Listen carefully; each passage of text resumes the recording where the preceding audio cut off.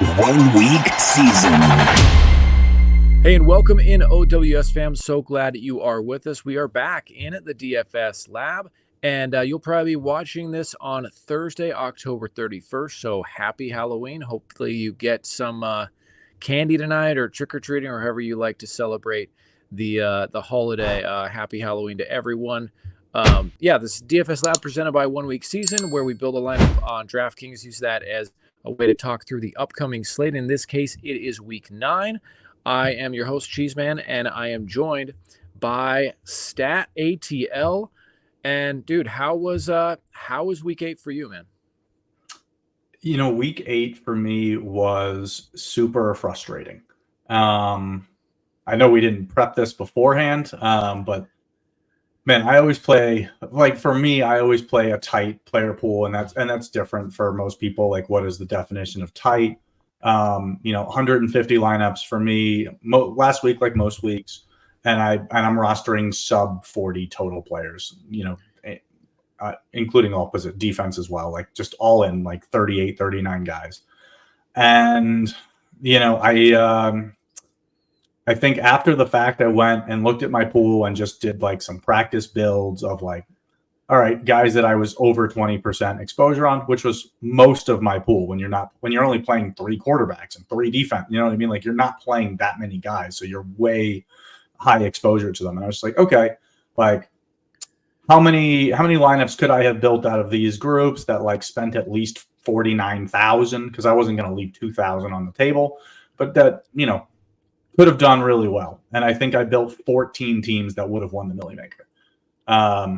So yeah, I mean, awesome times. Had some high scoring lineups. A bunch of them were like kind of 1-for-1 swaps for my pool from being awesome.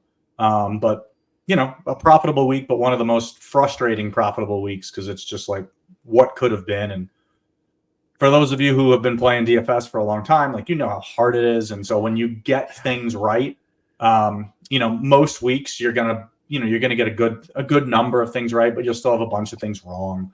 On the weeks where you just get like 80 or 90% of the things right, like you just want to get paid off, because, as the site goes, it's 1 week season. So, you're hoping that 1 week, a few weeks, a year, you win enough money to pay for the whole year. Like, that's generally how I that's the mindset I have when I'm building tournament rosters. So, last week was just one of those weeks where we had so many of the right pieces, and it just didn't come together. Yeah, man, I hear you. It really is. It's probably more frustrating to be really close to winning and not than to just lose, because and you can see your winnings, and it can be a lot, and then one small little play and it can knock you down 90%. So I feel you, man. It was fun. It was a fine week for me. It was a profitable week, so I'll take it. I think that I kind of knew after the early games that I probably wasn't going to push for anything, because I just had too much Tyreek Hill mainly. But, and then in the afternoon, nothing really went the way that I wanted it to. And in the early windows, I just was seeing all these tight ends score touchdowns, and I got so tired of hearing Scott Hansen say that it was National Tight End Day, because I was like, there's another tight end that I did not play. And like, I was excited to see Kate Otten, going off. But then I'm sure you've had this experience before where you're like, I played like 40, 50% Kate Otten, right? Oh, I look at my lineups. Oh, no, I didn't. I only played 10% Kate Otten. And, that's just, that's on me for not having tight enough control over my, realizing who I had in my player pool. But I had a lot of Evan Ingram, David Njoku attached to Jameis Winston, and then Brock Bowers, who did basically nothing. He was the one tight end who didn't smash on National Tight End Day. Maybe this week. Lucky for me. So, yeah. Anyway, man, yeah, I absolutely feel you there. Yeah, man, well, let's take a look at last week's lineup that we built on this show. Here it is. I threw it into a contest last week just because I was tired of not seeing the scores on these lineups that we put up. So now you can see it for yourself. It cashed, so that would make 5 of 8, man. But yeah, any thoughts on this one? This build, Calvin Ridley was obviously a play that, man, his ownership was like 3% there. No one had him, and he had a huge game. Yeah, we talked about him a little bit on the DFS Labs last week. Talked about him a bunch in Discord. It was just kind of one of these where you expect Detroit to be winning. So Tennessee playing from behind, having that trailing game script, throwing a lot. Have a vacancy in targets from DeAndre Hopkins getting traded, and to me it was just twofold between they're going to have to throw the ball. So where's it going? And then just kind of looking at, honestly, just like game logs of teams who have played Detroit, and, a bunch of wide receivers, mostly wide receiver ones from their team, have put up pretty strong games where it just kind of felt like, okay, 20 to 25 points is well within his range of outcomes. He's like, 5,000 or 5,200 or something last week. It's like, okay, it feels like this is a really great spot for a guy who I feel like has realistic chance of giving me a 4, 5, 5.5x score that's going to likely have no ownership just because he's disappointed a little bit the last couple of weeks. But a lot of times if you wait to see it happen, you've missed the week where you could you could think, because a lot of times that's kind of what you have to have. So this roster had Tyreek Hill as well. I think in my portfolio I played like 75 to 80% Tyreek Hill, and then just kind of had a rule in the bank machine of, if not Tyreek Hill, I wanted all of those rosters to have Devon Achane, because this was just a spot where I didn't see Miami completely failing. So it's like, okay, if Tyreek is not getting there, like, why isn't he getting there? And it's likely because Achane is having a really strong game. Another possibility, obviously, those touchdowns flowing through the air are not going to Tyreek. Maybe they're going to Waddle. But you can't cover all the angles. So I just thought the most likely scenario was Tyreek having a great game. But if not, the second most likely scenario was Devon Achane. So, but of course we got Raheem Mostert scoring 2 touchdowns. Isn't that just always how it goes? Yeah, but even with that, Achane still, I think, gave you 25 points. He did. At 6K or 62, 6,300. So again, kind of kept you on that 200-point pace. It was funny just because we were still talking about last week a little bit. Like I think my 4 highest scoring lineups, none of them had Cedric Tillman, who was my highest exposure at like 82% or something like that. And it's just like, it's frustrating. Because I was talking with Mike, actually, M. Johnson in 86, and she's like, man, just the 1-for-1 swap on to, away from Judy to Tillman. But then it's like, in reality, you could play that what if game all the time. But, also, like, if I had made that swap, like, I wouldn't have left $1,500 on the table. So it's not like realistically a what if. So when I was talking about lineups that you could build that would win the milli, like, I was basically saying, got to spend 49.5 or more. Like, I'm not leaving $1,500 on the table. So, but yeah, this lineup, I think this lineup had some good correlation. Again, another at least min cash. So I guess 5 out of 8 weeks is strong. One of the things I was real high on last week that didn't come to a ton of fruition was the Chiefs defense. And one of the stats I think we talked about on stream was like every defense that's played the Raiders has provided their best or second best fantasy score of the season. Funny enough, like, we did get the Chiefs' second best fantasy score, but 8 points, not enough to get you over the top. Although I don't think there were that many high scores. I think the Chargers had 12 or 13. The Lions had like 16, but there were no huge scores. So, those middling 8 to 10 points didn't crush you. So. Yeah, man. Well, obviously we're reviewing a lineup right now, and I know that's your specialty. So, guys, make sure to check out Stat. You have a show on Tuesday, and, many of our viewers may already know, but every Tuesday you do a lineup review show where you're taking lineups from the OWS Discord and reviewing those.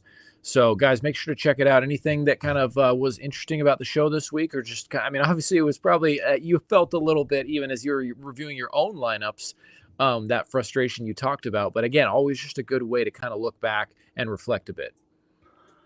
Yeah, I mean, it was honestly, this was one of the harder weeks to do roster reviews from, because I got my usual like right around 40 lineups, of submissions, but like 32 of them were like Jameis Winston skinny stacks or double stacks. It's like, how many of these are we gonna review? Right. But it was a great week for the OWS fam. I know we had several, 4-figure, 5-figure banks. And so, love that for the community. Obviously, if it's not one of us, I would love it to be, a subscriber. So I was happy to see that, we're not going to we're not going to nail all the right plays every week, but again, a few of the weeks that we do, we're hoping that it's huge weeks for the whole community.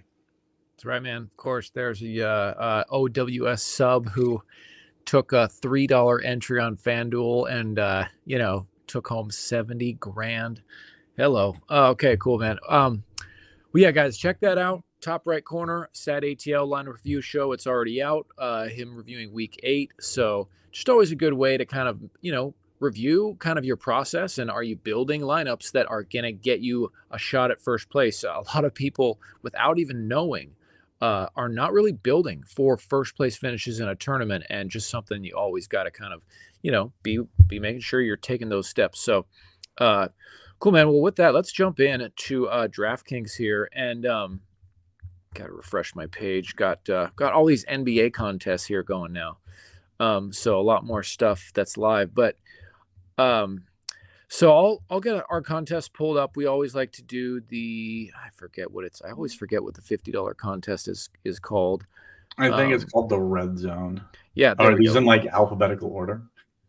You want to do the mid-tier Red Zone or the higher, the 4,500 Red Zone? Either of them is fine. Yeah, let's do the 4,500. Okay, so yeah, starting out kind of popcorning back and forth here. I mean, I definitely like this Dallas Atlanta game. I am going to play some Dak and CeeDee Lamb, even if I don't go like 80% this time. And I don't know how. I mean, I imagine that the field is going to be back on Dak and CD, just because I think this might be the highest total game of the week. So ownership is going to flock to that spot. So, but still, I think that Dallas is in a good spot. They are on the road. But Atlanta has, their defense has definitely been giving up some points. And so maybe this is finally the spot, a get right spot for Dallas. They're also coming off the bye. They had their bye last week, right? I believe they did. And so last year coming out of the bye was when Dallas really exploded offensively. And so I'm hoping that can happen again. But there's Dallas had a week 7 bye. So this is So last week was week 8. So no, they weren't off. I think they were off the main slate. But I don't think they were on. Oh, that's right. They had who did they play? I'm forgetting now. I should know this. I still remember a lot of teams' buys from Best Ball, doing that all summer. Yeah, that's right, man. How many drafts did you do this summer? Like 1,000? I don't know about 1,000, but I maxed multiple contests, so at least 500. Oh man, that's crazy. Cool, dude. Well, I mean, what about you? How do you want to start this build? But what are some spots that you're looking at? Yeah, I mean, I really like the Cowboys-Falcons game. I don't think that's going to be a surprise. I think this is a really good spot for Dak. I think it's a really good spot for CeeDee Lamb and Tolbert and Ferguson. Like, every offense that's faced Atlanta has had a pass catcher have a really solid score. I think the one game where that you didn't get like a really solid score was game 1, like the very first game of the season against the Steelers. I think Justin Fields attempted 21, 22, 23 pass attempts, and you still didn't get a horrible game. I think George Pickens went 6 for 85, but that was the worst fantasy score. Every other game has given up a really strong performance, for pass catchers against the Falcons. So I do like targeting this a little bit. And then, if you were running that back, which I don't think we're going to do that on this build. I don't think we're going to build Dallas on this build, but if we did, I like targeting Bijan Robinson. Cowboys have been super friendly against opposing backfields. They've given up some massive games. 180 and 4 touchdowns to Alvin Kamara. like 175 and 3 touchdowns to Derrick Henry.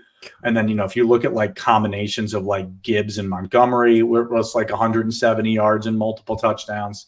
So yeah, I don't know. Like if you're looking at the opportunities that Bijan's gotten the last couple of weeks, like I think he's coming off 3 straight weeks where he's like, got 19 or more touches or 19 or more opportunities. And it's just like, okay, if he's going to touch the ball 20 times, like this is a spot I really like for Bijan. He is expensive. Actually, yeah, we can fact check me here. 20. He hasn't hit 30 yet this season, but still, you feel like he is almost, on his way up right now, it seems. Yeah. I mean, and you ideally when you're rostering a running back and he's more expensive like this, above 7K, you're hoping you get a 2 touchdown game out of him. He doesn't have to. When you're looking at a guy like Kyren Williams, who's a little bit more, like Kyren Williams has scored a touchdown in every game this season. And now he's getting Seattle, who's been super friendly to opposing running backs. And so, I feel like there's a lot of good spots. There are. Certainly if you're looking to pay up for running back. I don't know, like speaking of Seattle, like the Seahawks and the Rams, I think is an interesting game. The Packers and the Lions, I think, is an interesting game. Certainly more so if Jordan Love plays. If it's Malik Willis, like I don't know that I'll probably temper. Like I don't know that I'll be like super excited about that game. Eagles at Jaguars, I think is super interesting. Like that, it's a great spot for Jalen Hurts and both Devonta Smith and AJ Brown. Like that's super interesting. I'm just kind of looking through the rest of the games here. I think you could make a case for Dolphins at Bills being interesting. And then just kind of like looking back at, one of what we talked about like all week last week on OWS, and we kind of highlighted as being interesting on our Labs episode last week. It was just opponents playing the Ravens. And so I think for us, like on this build, I think that's where I want to go. And so yes. it's super interesting being in Atlanta, like cheering for UGA and getting to watch Bo Nix for several years in the SEC at Auburn, where he just like really wasn't that good. And he transfers, he goes to Oregon and develops more, and it has turned into a better quarterback. But like, if we're looking at teams that have played the Ravens, so I would put together some stats for for our Discord, and I put some of this like in my Tuesday first look, like Tuesday morning first look that goes in the Discord, and then I think we also put out on Twitter, aka X, usually like Wednesday morning, so it's probably out already. But so the 8 quarterbacks who have played against the Ravens, they are averaging, and so this does include like Josh Allen, who had a horrendous game. He threw for 180 yards and no touchdowns. This includes him. And you've got some other huge names at quarterback that are part of this group, like Gardner Minshew and Jameis Winston and Baker Mayfield. Like there's some bigger names. There's Joe Burrow in here too. There's Jaden Daniels. On average, 311 yards passing, 2.1 touchdowns, throwing, and you've got some rushing touchdowns in there as well. An average quarterback score of 25.4 DraftKings points. So it's a very friendly matchup. And what I really like about Bo Nix this week is he pairs really easily with an inexpensive an inexpensive wide receiver. Yeah. And obviously that's Courtland Sutton. And so again, like I'm the stats guy, aka StatATL. When you go look at the wide receiver ones against Baltimore, it's an average of 6 for 91 and 1. And that includes like Mike Evans, who went for 1 for 25 because he got injured in the first quarter. Like I wasn't gonna fib that and just say, oh well, that could have been Chris Godwin who went 7 for 62. Let's include him in that. No. This was literally just every team's wide receiver one what did they do? And you've got some massive games. You've got some more middling games. But on average, it was 6 for 91 and a touchdown. And you had plenty of like notable games from other wide receivers who aren't, the wide receiver one. T. Higgins went 9 for 83 with 2 touchdowns. What are some other, Jake Ferguson, 6 for 95. Brock Bowers, 9 for 98. Cade Otton, 8 for 100. David Njoku went 5 for 61 and a touchdown last week, against the Ravens. So obviously there's some downside into this. I feel like Bo Nix is going to have a little bit of a challenge with his normal floor. You get some safety because he rushes a lot and he's had some success.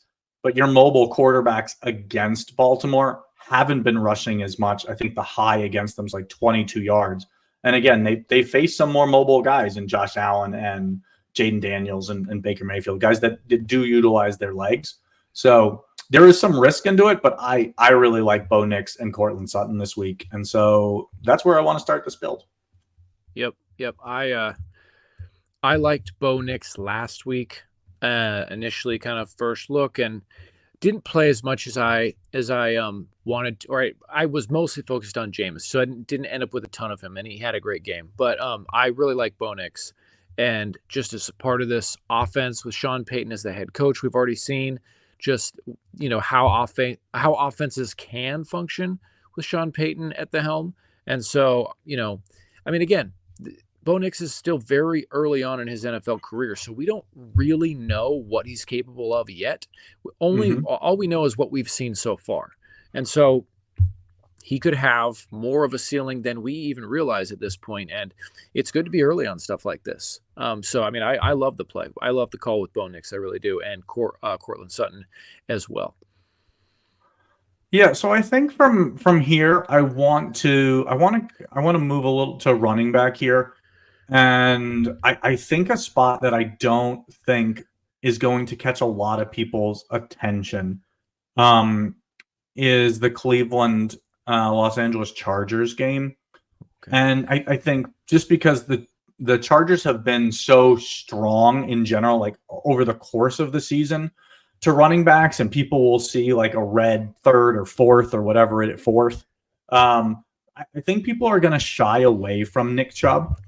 And so Nick Chubb still ramping up, but I think he had 18 or 19 touches last week. 18 opportunities, 16 rushes, and 2 targets.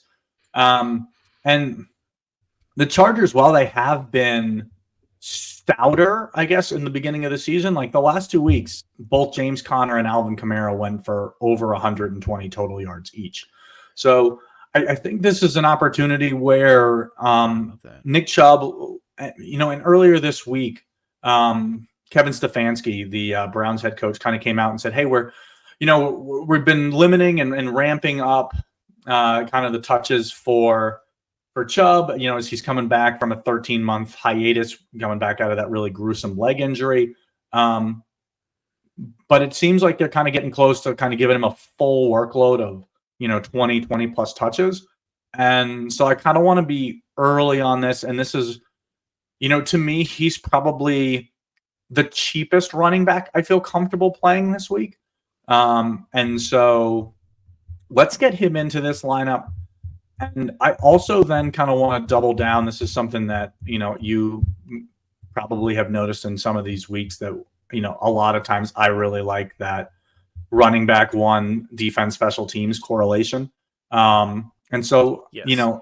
I do like that again this week just because the Browns are a little on the cheaper end, sub 3K. It's generally a lot of times where we like to start that 2,800 to 3,200 range and then go up if we have some, go down if we need some salary. So I do like this. They've put up, they've been getting good pressures. And so I think aggressive defense. They're aggressive defense. They're at home. I always like defenses more at home. And so I think this is an interesting spot. And we'll see where we land on this lineup. And maybe if we have a couple hundred extra, there are defenses that I do like better than the Browns. But I think this is a good spot to start.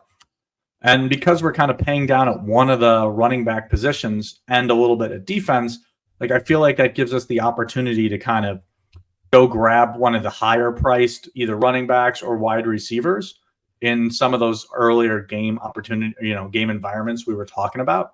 Yeah. And so I think that if we are going to pay up, let's pay up once at wide receiver. And I think if we're going to kind of target one of those two games that we talked about earlier, like it's either CeeDee Lamb and Dallas, or it's, AJ Brown and the Eagles. And so I think what makes me shy away on this build from CeeDee Lamb is that almost every single time that CeeDee Lamb puts up a really strong game, Dak Prescott's putting up a score that's not hurting you. Sometimes it's like really helping you, but every time that Lamb's going for 30 points, like Dak's going for at least 20. So I think on this lineup, like if I was going to bet on Lamb, I would just play Dak because he's only a couple $100 more than Nix.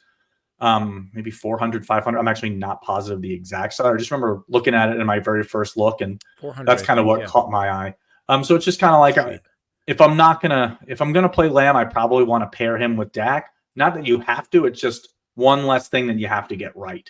So if Lamb's going to have a strong game, like Dak probably is too, and that doesn't necessarily mean has no correlation to Bo Nix. So I'd rather not put those combinations of guys together. That's kind of my thinking with you there. Yeah, it's just kind of a classic, just like when you look at the numbers, like you said, the correlation is strong. And so you're almost kind of half accounting for like a good game for the Cowboys, but not fully, which is just, it's, more than likely suboptimal. So you want to go with AJ Brown here? Yeah, I like AJ Brown here because, the big games that you get from Jalen Hurts generally correlate with him having multiple rushing touchdowns or utilizing his legs. So, I don't expect the Eagles to fail here. So if Jalen Hurts isn't doing much with his legs, it's likely either coming from Saquon Barkley having a strong game or AJ Brown having a strong game. So on this roster, let's build around it being AJ Brown. All right. And then I think kind of your two kind of correlations, if AJ Brown's having a really strong game, it likely means that the Jaguars are passing more. Teams have really struggled to run against the Eagles. I don't think that they've allowed a 100-yard rusher all year, and I think that they've only given up one touchdown to running backs, receiving or rushing all season. So not a spot I'm going to go grab Tank Bigsby or Travis Etienne. So I think that if they're kind of in catch-up mode, they're throwing more. Christian Kirk sustained a major injury last week, so kind of condensing their player pool a little bit at wide receiver. So I think we're either going to look at Evan Engram here at tight end, or we may look to kind of save a little value here and go Parker Washington, who will kind of slot in as their wide receiver 3, potentially seeing even more time as their wide receiver 2, just because both Brian Thomas Jr. and Gabe Davis are both dealing with injuries. So I think that, again, it's Wednesday. Let's pencil in Parker Washington here, give us a little salary relief. And this kind of gives us a lot of flexibility on like where we can go with the rest of this roster. Yeah, so I think from here, let's go running back again, and just kind of keeping on, kind of that Miami train. We talked about the Dolphins and Bills. This is a really solid spot for Devon Achane. Buffalo really giving up, a bunch of really strong games. I think back in week 2 when these teams met, Achane went for like 165 yards and a touchdown. And we've seen multiple other running backs. Derrick Henry, Breece Hall also had like more than 160 yards against the Bills. So I think that this, with Tua back, this opens up more run lanes for the running backs. And so let's pencil in Achane here. Still giving us like around 6,000 a spot, with one of them being tight end. so we could look at even paying down at tight end, but we could totally pay up at tight end here as well and still have a ton of flexibility. Brock Bowers is in a spot I really like. Evan Ingram as well, obviously, but we've already got Parker Washington in this lineup. We were highlighting Dallas and Atlanta earlier. I think this is a solid spot for Jake Ferguson as well. Or we could look at Sam Laporta. Also like a good spot against Green Bay.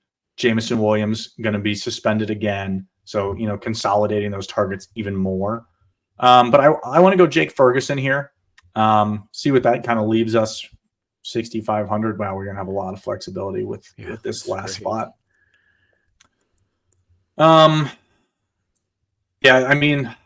If we had more news later in the week and we knew that DK Metcalf was going to play, like I really like him this week against the Rams. But I think based on the news that we have here, what makes the most logical sense is to probably grab DeAndre Swift. Swift seeing a ton of opportunities. I think that this makes, I think he's got 17 or more opportunities in like literally every game since week 1. So going to be on the field a ton. And the Cardinals, I think, have allowed a long list. James Cook, both Gibbs and Montgomery, Brian Robinson, Devon Achane, Jordan Mason, Josh Jacobs. These all guys have all gone for like 90 or more yards. So I think DeAndre Swift being involved in both, obviously the run game and seeing, a good number of targets every week. I like this for this roster. Gives us a little flexibility, I guess, extra 100 on defense. I don't know if there's a $3,000 defense that I'm jumping to go to. Let's take a peek here if you don't mind, Cheese. I like it with the Browns. Anybody right at 3K? Patriots no. Bills no. I'm not gonna. I would never roster a defense against an opposing running back. That's to me. That's kind of a no-no. So yeah, I think I like this build. We've got a decent amount of correlation here. We've got some good upside pieces, and once again, we're betting on a quarterback against the Ravens. Yes, we've taken that route many times so far this season. Great stuff, man.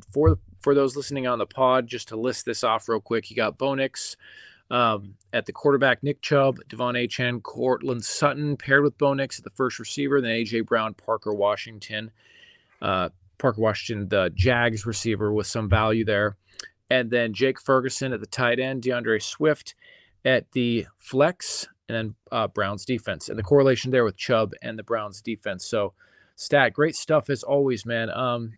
Any final thoughts? Buddy, I'm hoping that we are 6 for 9 next week.